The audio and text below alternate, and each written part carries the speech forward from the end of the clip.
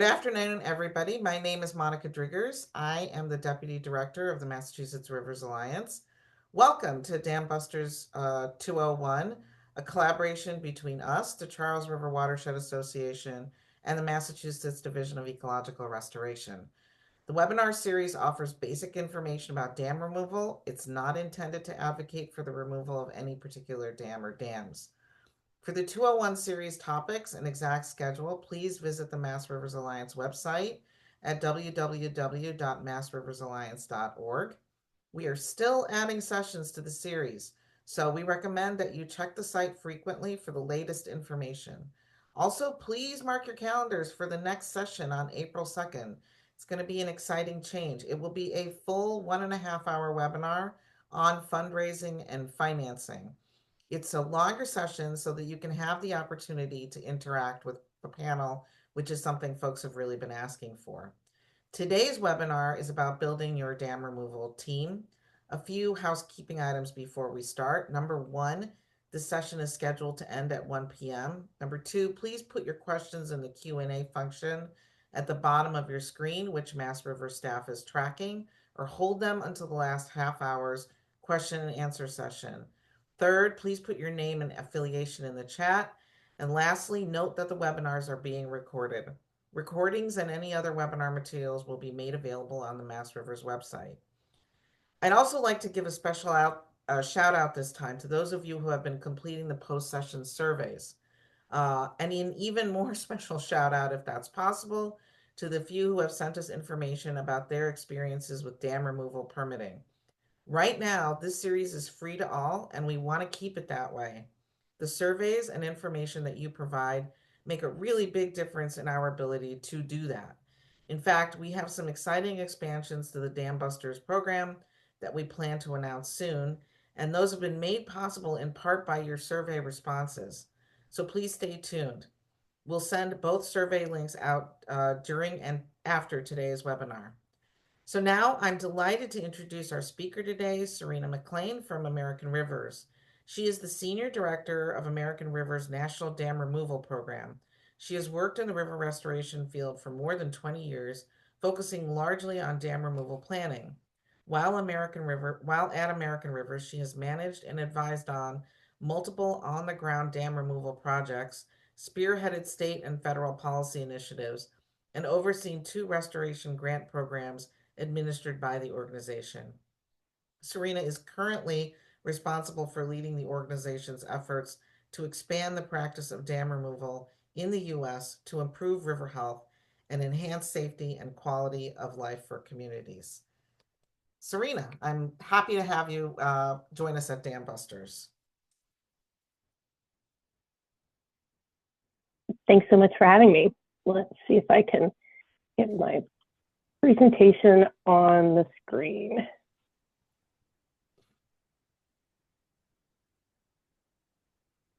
And thank you for those kind words of intro. You guys are doing such exciting things with this series.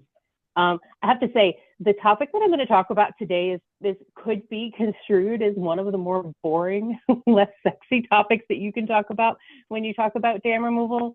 But I really feel that it's also incredibly important, right? And if you build the right project team, it really will set you up for success for your entire project. So the goal for today is to talk about some of the common sense ways you can build team support into your projects and set yourselves up for that success. While I get going, I'm interested in hearing you add to the chat. I want to know, what's your project manager superpower, right? There are, as you'll see on this slide, as a project manager, you'll wear many hats, right? Roles for the project manager include being the primary dam owner liaison, developing a partnership team, which is what we're going to talk about today, managing the fundraising, developing scopes of work, consultant hiring, design review and analysis, regulatory engagement, and then community engagement.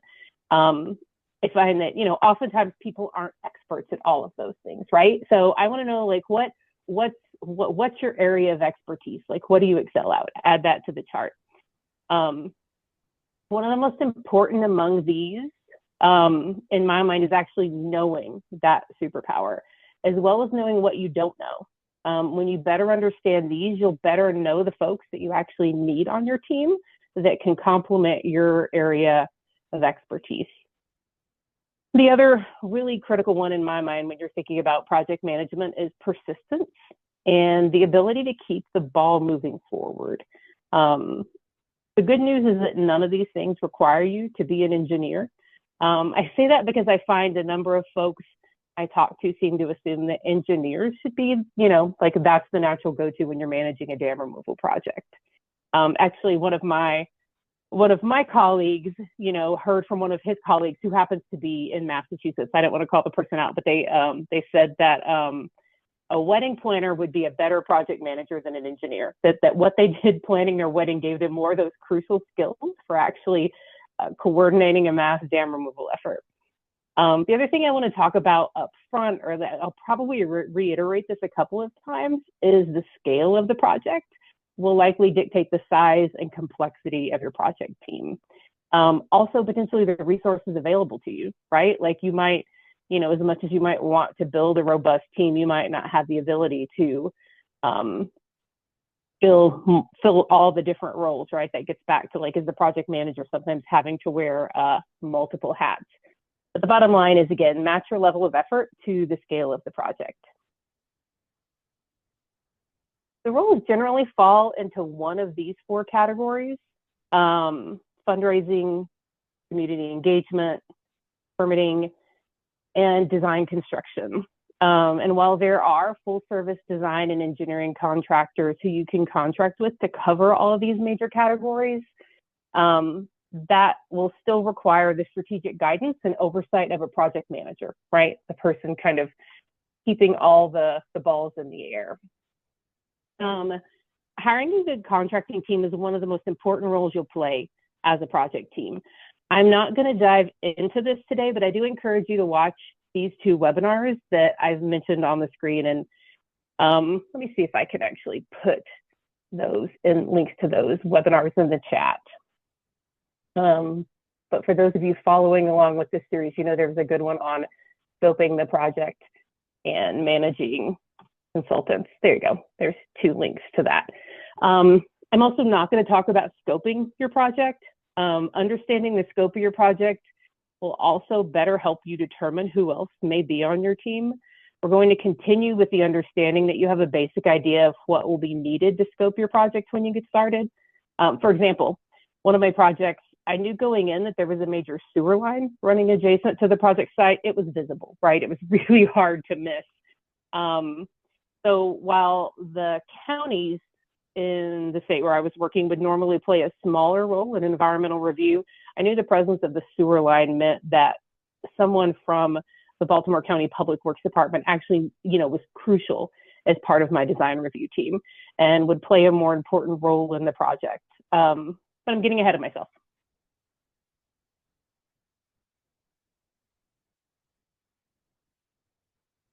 There we go.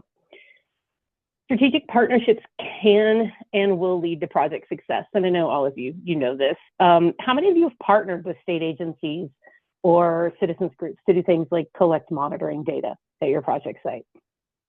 Are there interns who can help draft social media posts or pull together letters of support for a grant application? For lower risk projects, can you partner with other groups or agencies to collect baseline project data?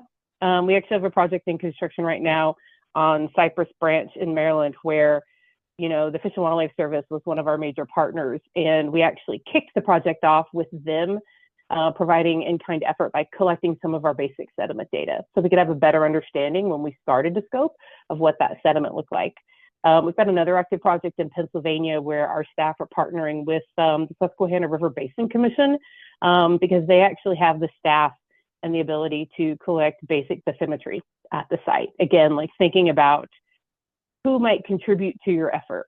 There have been universities in the watershed that may have classes interested in taking on the project as a capstone or a clinic project. This creativity and partnerships isn't just for planning and design. In other parts of the country, the Fish and Wildlife Service refuge staff have partnered with project proponents to act as the construction arm of the project.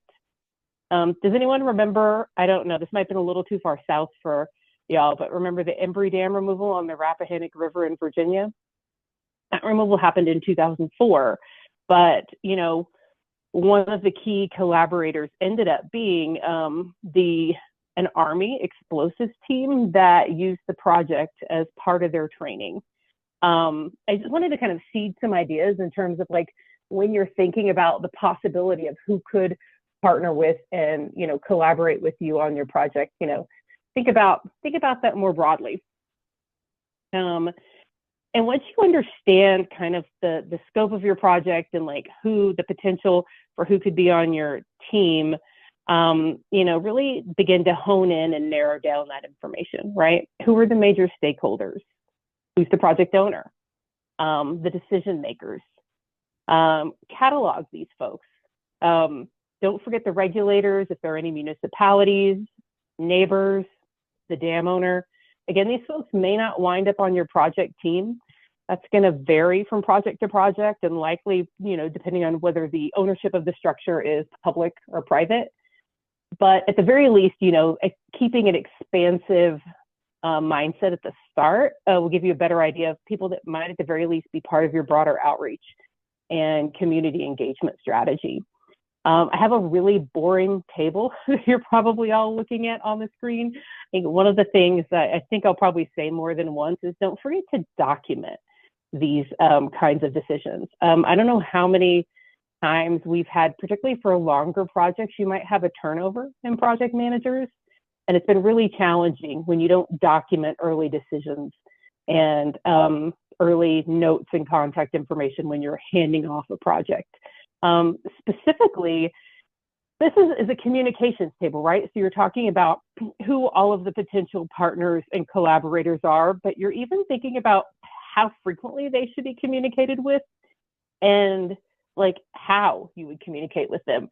And I mentioned like being thoughtful about this as you're building your project team because, you know, we're all different, right? You know people in your life, like some people are really good at email. Some people, you know, you probably need to pick up the phone and call. On one of my larger projects in Maryland, you know, the owner of that structure was the state. So Maryland Department of Natural Resources was the owner. And therefore, you know, one of my key collaborators, like on the leadership team and on like our design review was the DNR's engineering and infrastructure department. And both sets of folks on that project, I knew they were not, email was not their thing. Right? Sometimes the phone was their thing if you could get it, but I knew that if I had something I needed to talk to the person about and timing was getting crucial or I needed to look something, my best bet, and this was pre-COVID, I should say, was to show up in person. Because this person was a face-to-face kind of person, and the state office was such like, you know, you could get in, I knew where their office was, and they actually wanted you to let pop by and say, hey, what's up? How's it going? You have time to talk. That may seem a bit intrusive, but again, it's just like knowing your people, right? And how best to effectively reach them. What tools are helpful for establishing clear lines of communication for your project team? Do you have other tools that you might recommend in the chat? By the way, Monica, I'd love a copy of this chat after we're done because I'm interested in all the responses that I can't read right now. You know the landscape, right? You know who your partners might be, who your collaborators are. And this next step is probably going to seem incredibly obvious. And if I hadn't seen it avoided time and time again, I'd skip it. But I think too often I've seen people, you know, on our teams and in other teams kind of skip this process. But as you begin to identify folks for your project team, it's incredibly important, and I can't underscore how important this is, to be clear on roles, responsibilities, and expectations really early on. I know many projects develop organically. You just kind of find yourself in the middle of the project because somebody called you and said, hey, I've got this dam that, you know, I'm interested in seeing removed. But I mean, at the end of the day, it's never too late to hit the pause button and figure these things out. Do it early. If you can do it before you get the money. This will help in the long run when you need to start making decisions as a group about design approaches, the community feedback process, etc. Right? Like if everybody's really clear on what their role is and like how their feedback is going to be considered, it'll save you the potential for, you know, miscommunication down the road. Whatever this process is and the roles and responsibilities, again, document it, write it down. Depending on the size of the project and the project owner, you may want to consider some type of formal agreement. We've used charters or MOUs, particularly if you've got bigger projects with public landowners or that may involve additional infrastructure other than the dam structure itself. Again, if you're Joe Davis, who has a property in the middle of the nowhere with a dam that has just kind of like always been there, and they now want it gone after getting a letter from dam safety, you don't likely need an elaborate team structure, right? You know, you might not need a charter or anything official. But again, take the framework that works best for you. But again, just pick one, write it down. I want to give you an example of a few different types of team structures. And again, these are potentially for your larger, more complex projects. But some examples of team structures would be kind of having a leadership team, and then thinking about, you know, I also kind of refer to this as like my project management team, right? The people who are filling some of those key roles. It could be a technical advisory team or a design review team, an outreach or community engagement. They give you a little bit of information about kind of what these different teams could look like, right? And what their different roles are. They could serve on a project team. So the leadership team will serve as, that's kind of like your sounding board at key project milestones, right? Members often represent the interests of their, you know, represented partner agency and or a group or watershed organization specific to the project. Sample tasks include, this is your team that's going to help you align with like common goals, right? Like what are each of your leadership team's desired outcomes for the project? And how can you come together to develop a shared goal statement that you're all working toward? You know, if you are doing an alternatives analysis, this is the group that would assist in the selection of that preferred alternative or help with or lead certain aspects of project funding. They may also even be leading on some aspect of securing your permits. They often represent folks who can better disseminate information and promote the project to their membership or peers. And then they give you an example of some of like the types of folks that have served on some of our teams. But like just as a quick example, you know, again, I've had projects with state like natural research agencies where in theory, there are 40 people within the agency representing different departments who care about that project at some level, right? But I'm not inviting 40 people from DNR to be part of my project review team, my leadership team rather. You know, I've probably got 2 folks, and again, I'll show you an example later on, who then it's their responsibility to communicate interagency communication, right? To disseminate information and make sure that the other 40 people who care about some aspect of the project are kind of in the loop and weighing in where they need to be weighing in. This leadership team oftentimes can be like can help amplify the message, right? They can be provide a public voice to help guide the project. These are potentially your folks that you may also, like if you get a request for a media interview, could step in and respond to media requests and the like. So here's an example of a leadership team chart for one of our projects. You'll see it's pretty small. Again, your leadership team, I don't know, this is just my personal opinion and my experience, but I don't want a 20, 30, 40 person like leadership team, right? These are the people that I'm in close contact with, depending on the size of your project, at the very least on a weekly basis, if not on a daily basis.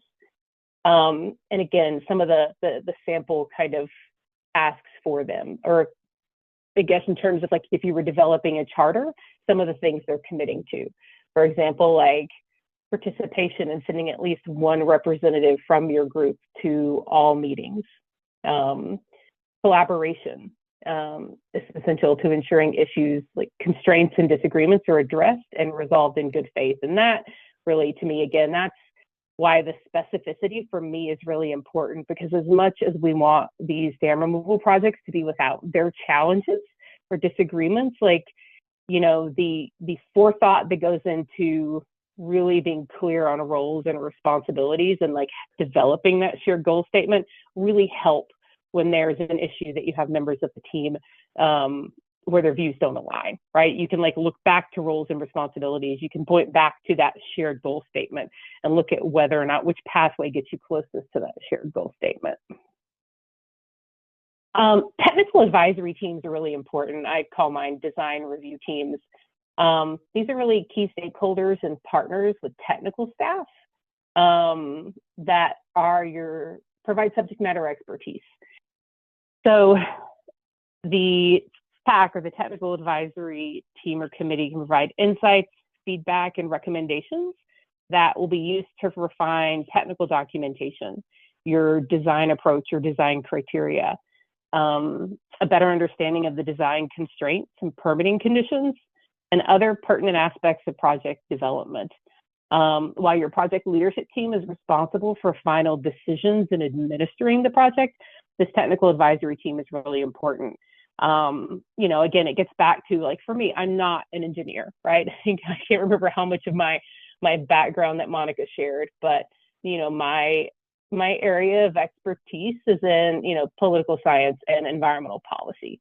Therefore, I know when I was managing a project, I needed to make sure that I had engineering design experts, aside from my consultants, right? But I wanted to try to find another engineering design expert that could serve as part of my technical advisory team to help make sure that when they're reviewing designs that I'm not missing something. And so again, your design review team is going to review those project documents, provide feedback. They're going to communicate the agency or organization's perspective related to the project.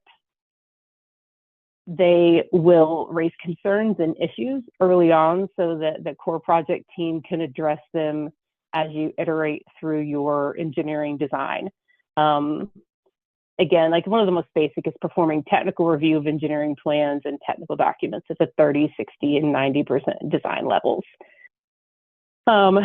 Providing, you know, design criteria, regulatory best management practices, guidance, and other things.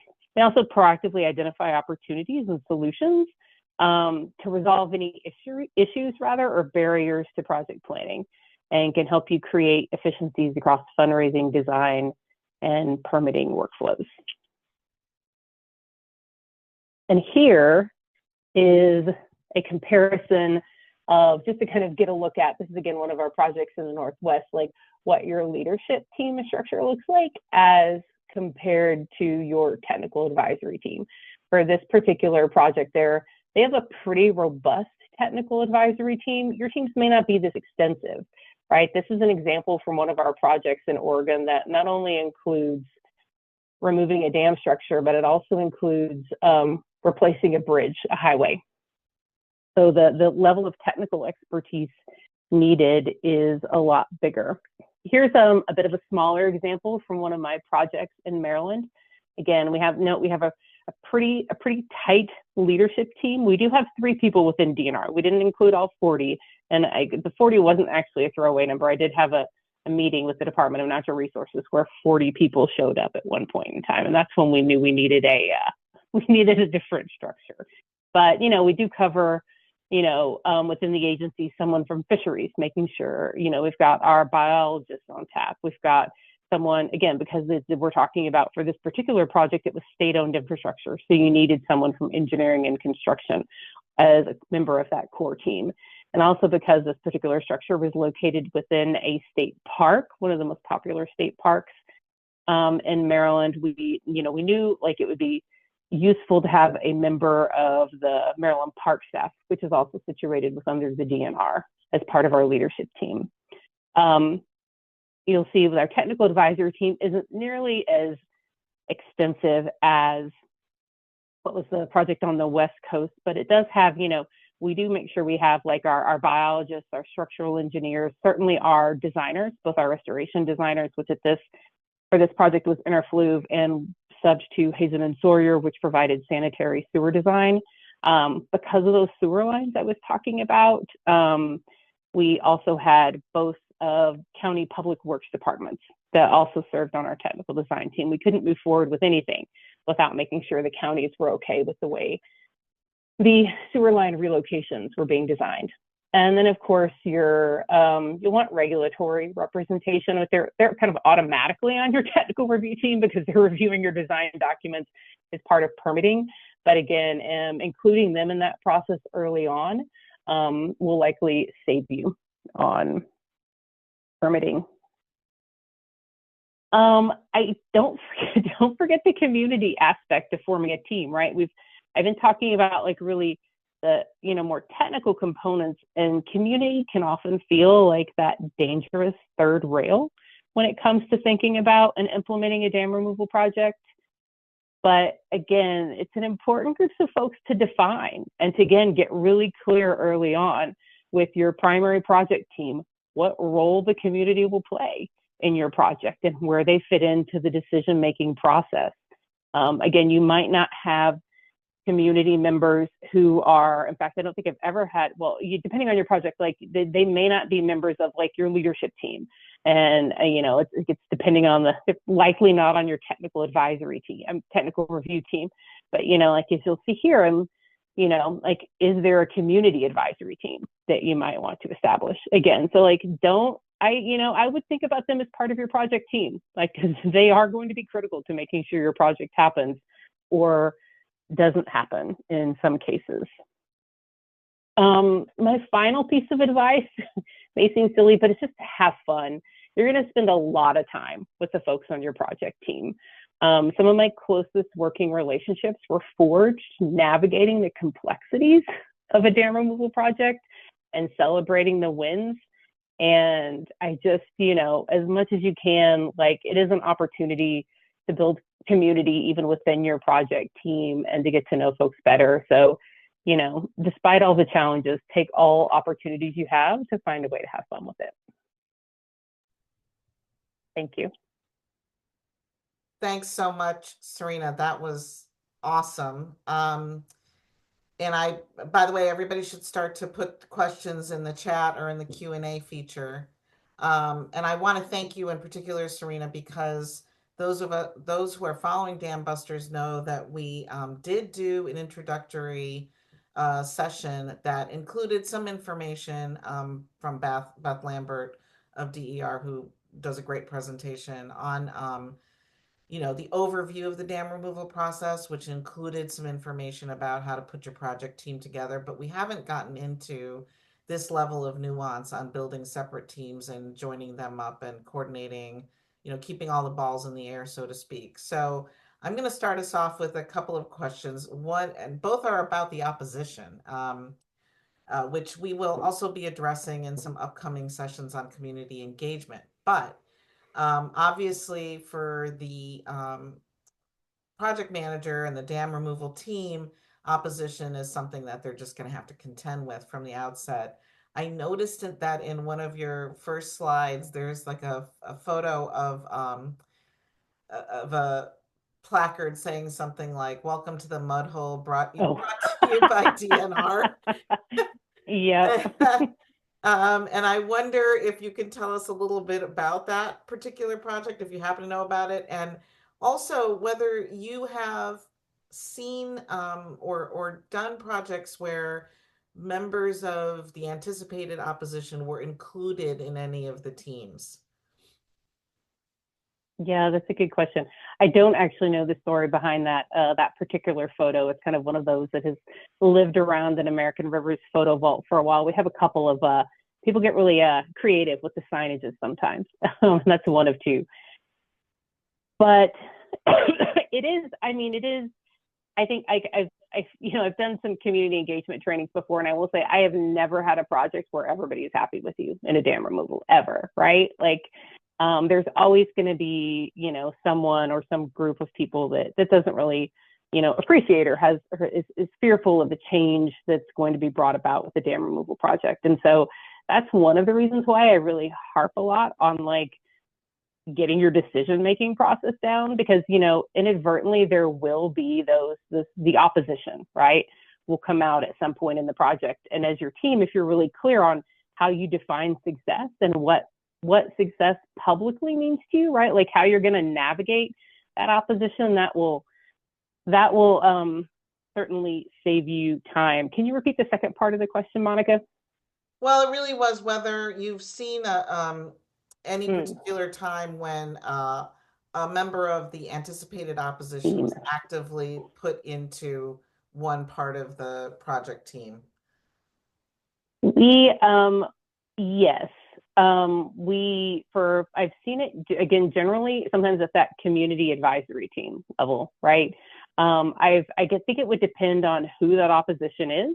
Like if you're facing opposition, say for example, if Baltimore County Public Works had been really against the project, right? Or the county had been against the project, I probably would have put them on the leadership team or the technical design team, so that they could really see the level of like thought and attention to detail that goes into that and participate in the process.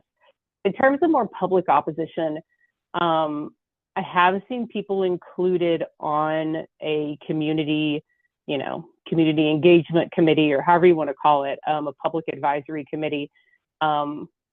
So again, informing those groups, being pretty clear about what the intentions of those groups are, how their feedback will be taken into account, and, you know, what their role is in the project. We actually did, for one of my projects, the project on the Patapsco, have some people who were originally opposed to the project. We didn't form the community advisory team until after we went through an alternatives analysis and selected a preferred alternative. And in the selection of the preferred alternative, there was a public process, right, where the public could provide feedback.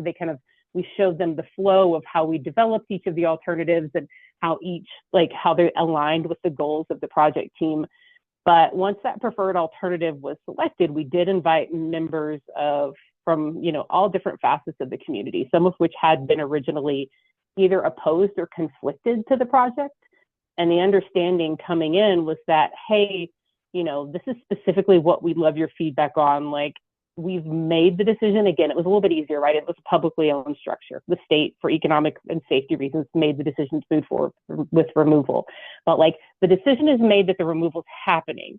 So the purpose of this group is not to debate whether or not the dam should come out, right? The purpose of this group is so that you can really, like, what do you want this restoration site to look like? What's your vision, right? Like, of the things that you have influence over, like, here's your opportunity. And so we had a pretty clearly defined scope. You know, we let them know how we were going to like use their feedback. And so that was, I think it all worked out well in the end. Some of the folks that were originally opposed to the project, and these particular folks, I will say, were opposed from a historic perspective. They were worried about losing the historic resource. And so, you know, like, part of the discussion was, right, how do we commemorate? Like, how does it look like to commemorate that history? And I will say I considered it like my biggest victory was they were interviewed by the Baltimore Sun, a major paper in the region, and one of the folks, their president, said, you know, normally, like, basically he said, this time we feel like the fish should win. And I guess the great fish versus history debate. But again, like, I did invite them in, but I took a little work on the front end to do it. Sorry, that was a really long-winded answer. No, I actually love that, because that's exactly the kind of nuance that we all need to hear. We weren't able to get into it in the last Dam Busters series, so it's great to hear from that experience. I'm sure everyone listening is going to really take some great tips from that. We've got like 4 questions right now, 2 in the Q&A, so I'm going to go to those first. Paul asks, what are the most critical aspects and time-consuming parts for a successful project that gets built?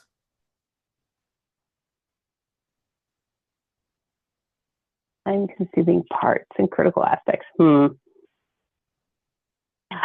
They all feel really important and time critical.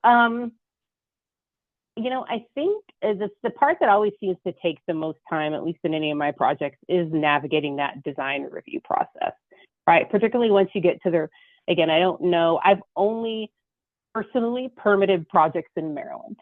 So that is, So, but that when you get it to a certain level of design and then you're navigating the regulatory process, that's where I feel like things slow down. If you're like for community engagement and fundraising, those type of tasks, that's ongoing, right? Kind of like my motto is like always be fundraising, always be doing some level of community engagement. You like do some aspect of all that work throughout the timeline of a project. But when you get to and you do involve regulators early on, but I found like in my experience, like no matter how they're involved early on, like they don't really start to engage until they get those design plans in front of them. And that's where particularly, and again, my experience is shaped again by a relatively lengthy regulatory process in Maryland, right? They have really strong environmental regulations, but they're still wrestling with what that means for restoration projects.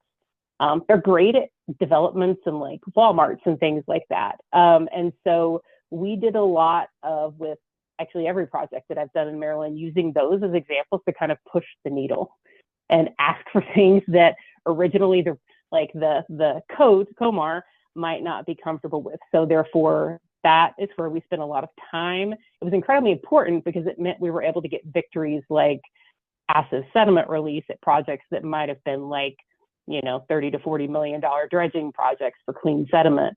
And also, it was an educational process for both them and for us. That took the most time. But I do think it's important for getting a good project, and also important for, again, depending on your project, like, I don't know, we're getting into new territory here, but like, big believer in letting the data dictate the design. Like the regs can be one thing, but I want to do what's best for the river, and what the data that I've collected is telling me how my project should be designed. So if like those two things don't align, I'm going to invest extra time to try to bring the regulators along to where we are. Sometimes it works, sometimes it doesn't. Appreciate that. And I think we do have an upcoming session on issues in streamlining permitting. So, because I do think most people are telling us that permitting is where they get hung up. So it's very interesting to hear that experience from you. I'm going to move on to a question from Carrie. We've had a couple of projects where ownership has changed over the lifespan of the project. What would your advice be about how to facilitate big transitions? Key members and decision makers. Sorry, I'm laughing because in like when we do a broader like in-person workshops for project manager training, we're always like, like that right there is like a reason why, like if no other reason to like try to get your project done quickly, that certainly is one of them. Yeah, that's a tough one. I mean, even tough, like forget, ownership. There's certainly been ownership changing, and I see Amy on the call and in the audience. One of Amy's projects certainly had one of the landowners sell part of the property during, like, I think even like didn't realize it until we went and there was a for sale sign in the yard, right? But even, setting aside like changes in ownership at a project mid project, but also even like if you're doing a municipal dam, right? Like you often have to contend with elections. You have change in mayors or, new council people that might get elected and need to approve the project. I mean, there's, for a change in a private owner where there's physically a change in the name of the person, I think we just have to negotiate a new landowner access agreement. We definitely have to renegotiate and or confirm that the new owner is also willing to move forward. I think if there is if you can anticipate that there will be a change in ownership, right? Like you're, again, thinking less about like the death of a property owner where the property will change hands as part of probate or whatever, but more like if somebody's selling their property, if you know about that in advance, you might be able to negotiate with the existing owner to make sure removal of the dam is included as like an assumption in the sale. I don't know, not my ever expertise, but it's definitely something that has to be, for us anyway, renegotiated. Like we won't move forward with the project without landowner concurrence and signed legally landowner concurrence. Great answer. Okay, I'm going to move on to a question from chat. How about the construction contractor? Can you speak to when and how the projects you've managed have engaged the construction contractor as part of the project team earlier in the process? Yeah, that's also a really great question. Also a little bit tricky sometimes for us, at least with our purchasing policy. It becomes, because I think ideally we'd have the construction contractors engaged really early on, right? Like they're so critical in like helping inform the design process and really constructability.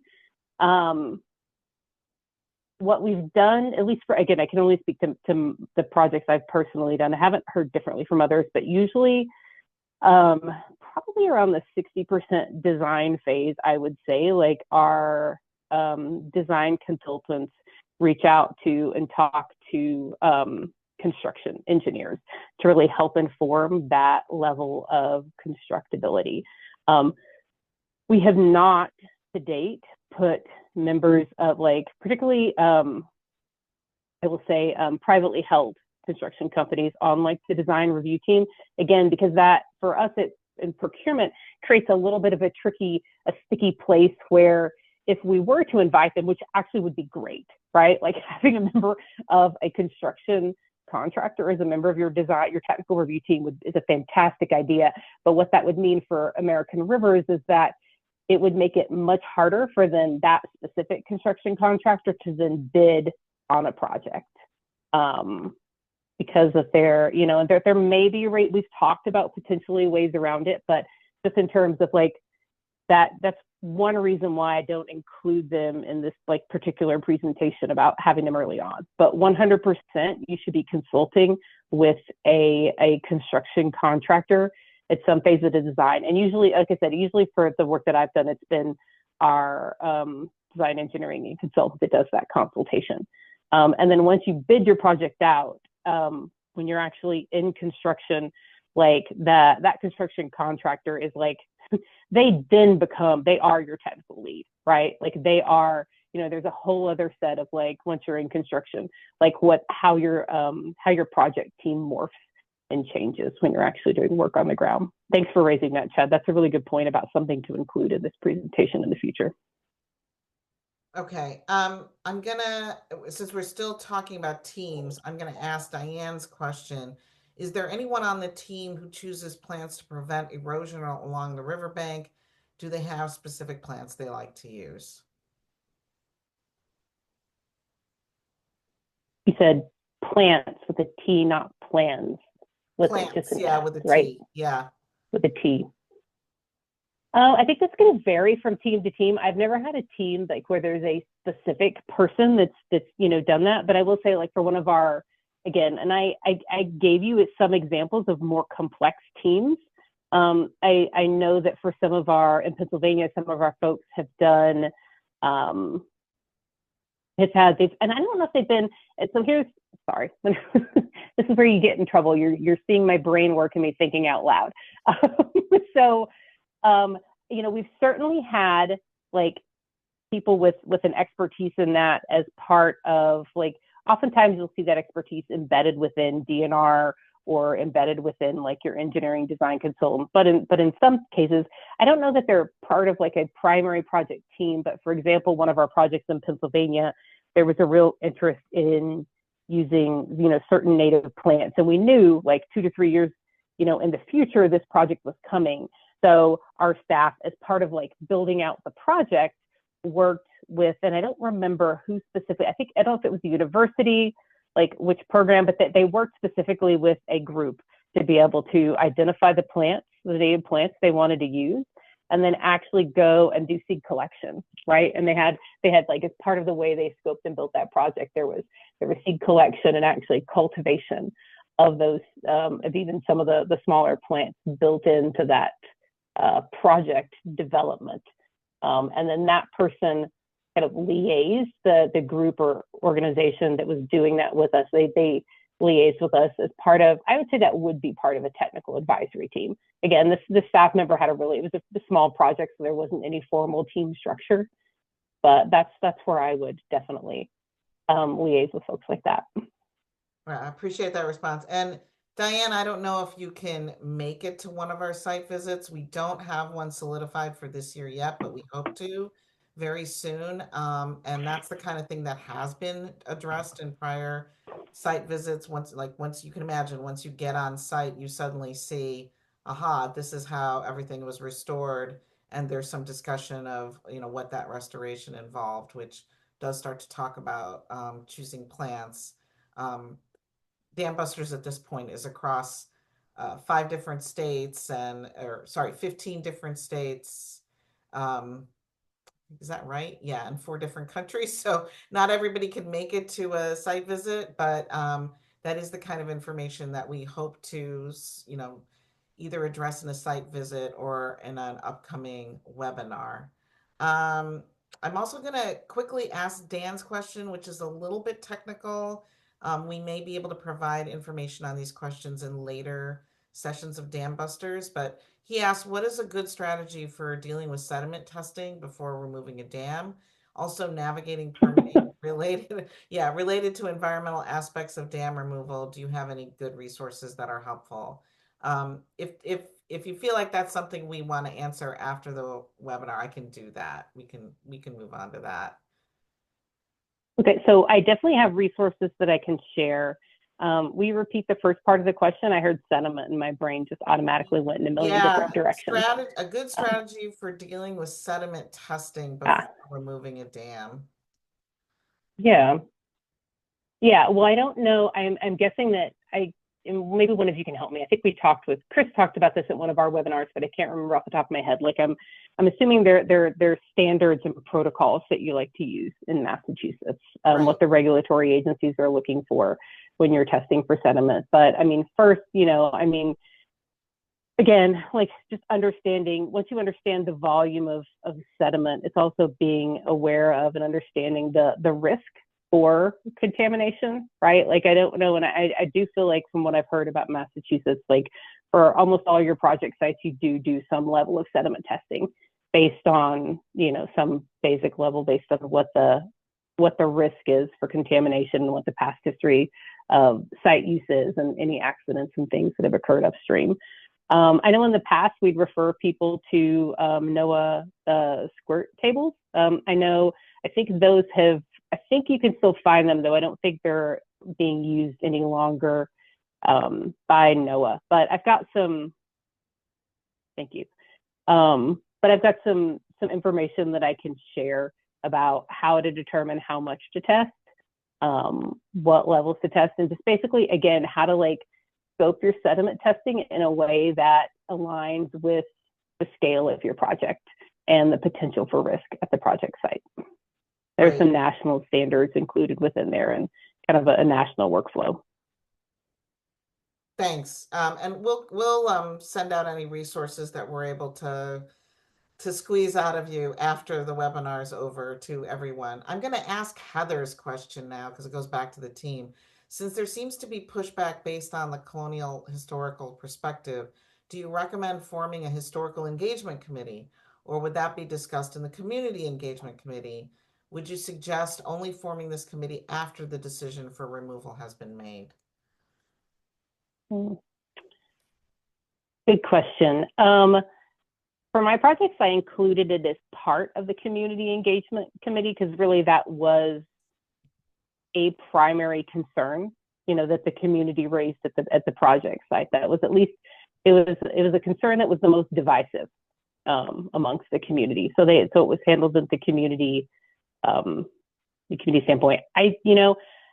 You very much could have a separate historical advisory team. I mean, even and I'm blanking on the term, but when you're going through section 106, right, there is and you're, identifying if there is going to be an effect on historic properties and you're going towards signing an MOU, right? There is a point in time where, you gather the affected parties, and that would be, a good opportunity to form a historic advisory team. Again, if you think this is going to be an issue on your project site, I recommending, beginning to engage, however it is, whether it's with a formal team or not, engage folks that will be interested in the built and actually the natural history of the site early on.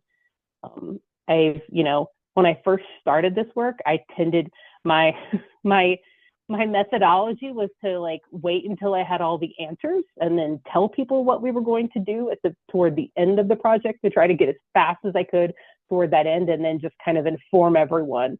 And while it did work, right, my projects did happen, I think that, you know, it also created more challenges in the end. And so I think as much as we can, you know, and particularly in today's day and age with social media, like nothing's a secret, right? So, you know, being really upfront and transparent and hearing from those folks early on is really important. So I would, you know, maybe not at the, you know, maybe not in your early project development phase. You'll want to identify that as something you need to consider in your scope. But, you know, as you begin to conceptualize the project, it's a good time to start talking with folks. Thank you. Okay, next question is from Mark. What level of team member turnover during the project should we expect and consider normal? I don't know that I have an answer for that, to be honest. I've had relatively stable teams, you know, from projects that took 4 years to projects that have taken 11 to go from like alternatives analysis to implementation. And we've had, you know, roughly the same core membership throughout.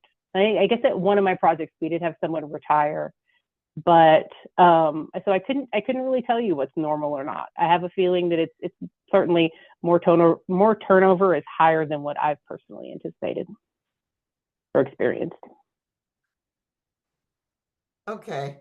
And well, this may be the second to last question I have. Are there strategies you bake into your project teams to encourage the fun community building aspects as part of the process and not just doing a big celebration at the end? Oh, that's a good question. I mean, I can get kind of silly. So maybe that's me trying to bring the fun. I find that the more stressed I get, like sometimes the sillier I get. So maybe that leads to it. I mean, I think honestly, when you're having like, you know, like in-person meetings, right? Like, and I know that we do so much via Zoom, but if you have the opportunity to get out, you know, and either meet in person at the site or otherwise, you know, have those in-person meetings, like build in time to go out to lunch as a team after the meeting or before lunch as a team after the meeting. Like, I think as long as you build those relationships, I don't know, like one of the sillier things that we did, and it was, I guess you could have considered it part of a post-project celebration, but we had determined that once, you know, like 3 of the 4 dams were gone, like we were going to do like a float down the river, but we were going to do a silly float down the river on like all those crazy like pool floats they have now that are shaped like unicorns and pizza slices and things like that. It's just like, you know, just again, like we all have experienced fun in different ways. But again, I do think like building in time to actually meet and talk in person, and then, you know, finding ways to, you know, meet for coffee in and around those times or lunch, or like finding time to talk as humans outside of just like the direct project work will help build that community. And then you'll come up with your own creative ways to have fun depending on what gets you going. Great. Okay, I think this is the last question from Chad. This project team process and the inferred timeline makes sense for larger, more complex projects. How are you and American Rivers approaching the tens of thousands of smaller speed bump dams in the context of your 30,000 dams goal? Great question. Bundling dams, expedited project delivery, advocacy, and success with streamlined permitting, etc. That is a big question. And so I'm going to answer it because as you probably figured out, I talk a lot. I get long-winded answers. So I want to try to be concise, focusing specifically when you think about like team development, right? I think bundling is a great way to do it. We certainly do a lot of project bundling, either within smaller watersheds or bigger watersheds. So if you do have a team, it's generally the same team working on like 10. We have a group of 10 projects in Pennsylvania that has, you know, the exact same project team working on it. In fact, I think we've bundled it in terms of procurement, right? So it even has the same design engineers doing many of those projects. But again, from the design team perspective, for the smaller like speed bump type projects, you don't need necessarily this structure, right? Some of these are the ones that I think it's even like less so about the size of the project and really where the project is located and who cares about it, right? But let's assume that a lot of these speed bump projects are kind of, they have a private property owner or a public owner, but they're really kind of in the middle of nowhere. They're not in or near any major municipality, right? No one's really going to that structure to like swim or like get their wedding photos taken or anything like that. Then, and oftentimes our project teams are a project manager who does wear like 90% of the hats that we talked about, right? It's a design engineering consultant. And then it might be, and then oftentimes, there have been, depending on if it's American Rivers or like for American Rivers specifically, those teams will also include, if possible, like if there's a local watershed group that's also working, or a Trout Unlimited chapter that's working in that specific watershed that we're also working in, right? And amongst those like 3 people, you're sharing the responsibilities for fundraising and community engagement if it is. But for those smaller projects, everything is stepped down so much more, right? Like that, we don't likely have, I would still urge you to like think through who's making the decisions, even with a small team, and be really clear on that. And I would urge you to still have like a landowner agreement signed in writing that you have permission to remove the dam, but you're not going to have a charter. You're not going to have an MOU. You're not going to have like 10 people on your design review team. And, thankfully, again, because American Rivers is like slightly larger than maybe, your small watershed groups, we do have an internal team that our project managers can come back to and can ask our communications folks for help, right? Or like they can ask one of us on the dam removal team to like review a design plan that with them if it's more complicated or they have a question about a specific thing. But again, not part of any formal team structure. Great. I think that is the end of our questions, and we're close to time. We couldn't have done better time-wise. Serena, I really want to thank you for joining us today. Again, that was just a level of detail we didn't have, and it really only comes from experience. I'm sure everyone is going to really appreciate the information that you provided today. And I'm personally thankful that you were able to jump in March, because March is just a hard time to find a speaker. Everybody's going on vacation and whatever. So we're really delighted that you were able to jump in, and we look forward to working more with American Rivers in the future. There's actually a session planned, another American Rivers oriented session planned a little bit later this year. For those of you who asked about sediment management, Anna has helpfully put in the chat the links to last year's series and even this year's series, because there have been a couple of different sessions on sediment management. I also want to remind all of you that the post-webinar survey, which Anna also just helpfully put the link in to the chat, is in the chat, and we will send it out again after today's webinar. We'll also try to provide you with some resources that Serena will give to us. And we hope that everybody can join us for the April 2nd session, which is on financing and fundraising, everybody's favorite, not favorite topic. But we're going to get into about an hour and a half this time, so that, again, folks can interact more directly with the speakers at that session. So thanks to the nearly 100 of you who joined today, and thanks again to Serena, and we'll see everybody next time. Take care. Bye-bye.